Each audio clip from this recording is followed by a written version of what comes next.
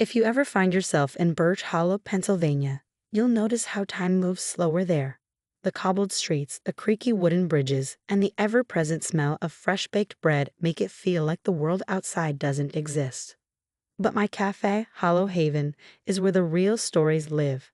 I'm Daniel Carter, the reluctant owner of the place. What started as a quiet spot for coffee and pie turned into something else entirely, a haven for people with nowhere left to go.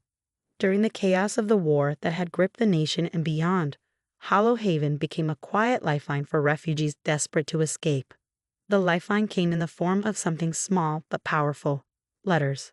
The letters were no ordinary correspondence. They were passage documents, a way out for anyone looking to cross the border and start fresh in New York or beyond. Some called them forged. Others called them miracles. I didn't care what they were called. All I knew was that they were dangerous. And yet, I allowed them to pass through my cafe. Not because I believed in the cause, but because I owed a few people too much to say no. Then one night, a face from my past walked through the door, and everything changed. It was late, almost closing time, when the bell above the door chimed. I glanced up from behind the counter, and my heart stopped. Rebecca Green.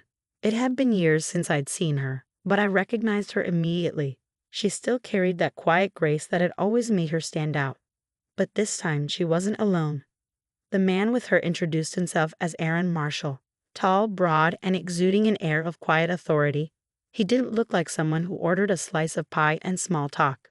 Rebecca barely met my eyes as they sat down at a corner table. I served them coffee, pretending I didn't feel the weight of the past between us. "Daniel," she said softly when Aaron stepped away to make a phone call. "Rebecca," I replied, my voice cooler than intended. "Long time." She nodded, glancing at the papers she clutched tightly. "We need your help." I sighed. "Does this have anything to do with him?" I gestured toward Aaron. "It has everything to do with survival," she said. Later that evening, Aaron approached me. His voice was calm but laced with urgency. "We need letters," he said, "and we need them fast." "I'm not in the business of favors," I said, leaning against the counter. "This isn't a favor," Rebecca interjected, her voice steady but pleading. "This is life or death." There was something in her eyes that made it hard to say no. Reluctantly, I agreed to help. In the days that followed, Hollow Haven became a tense battleground. Aaron and Rebecca worked quietly, connecting with people who could provide what they needed. Meanwhile, local authorities began sniffing around, their questions more pointed than usual. Sheriff Gregson stopped by one evening, his eyes scanning the cafe like he could smell the trouble brewing. "Business good, Daniel?" he asked casually. "Same as always," I said, keeping my voice neutral. But I knew it was only a matter of time before he came back, asking harder questions. One night, after Aaron had left to meet a contact, Rebecca stayed behind. The cafe was quiet, save for the hum of the ceiling fan. "I didn't want to come here," she admitted, staring at her untouched cup of coffee. "And yet here you are," I replied, trying to mask the bitterness in my tone. "I left because I thought it was the right thing to do," she said softly, "not because I wanted to." Her words hung in the air, and for a moment, the years between us didn't seem so distant. The letters finally arrived 2 days later, slipped to me in a discreet envelope by an old contact. They looked simple, unassuming, but I knew the power they held. Rebecca and Aaron were ready to leave, but the danger wasn't over. The sheriff made another visit, this time lingering longer than usual. "You sure everything's above board here, Daniel?" he asked, his eyes narrowing.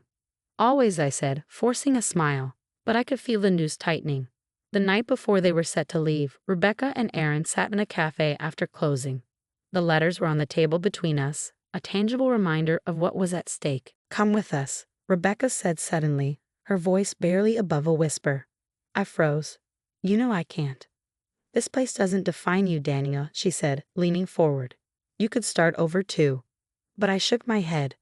"This is my fight now." I watched from the window as Rebecca and Aaron disappeared into the night, the letters safely tucked away. The cafe felt emptier than ever, but I couldn't let myself dwell on it. The sheriff would be back, and I'd have to face the consequences of my choices.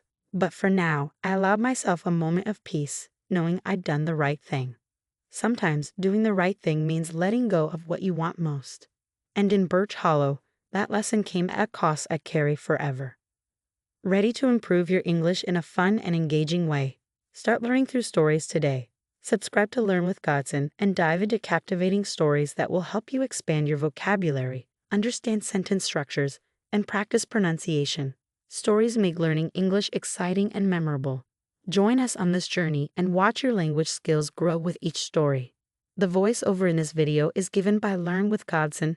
Copying or re-uploading is prohibited.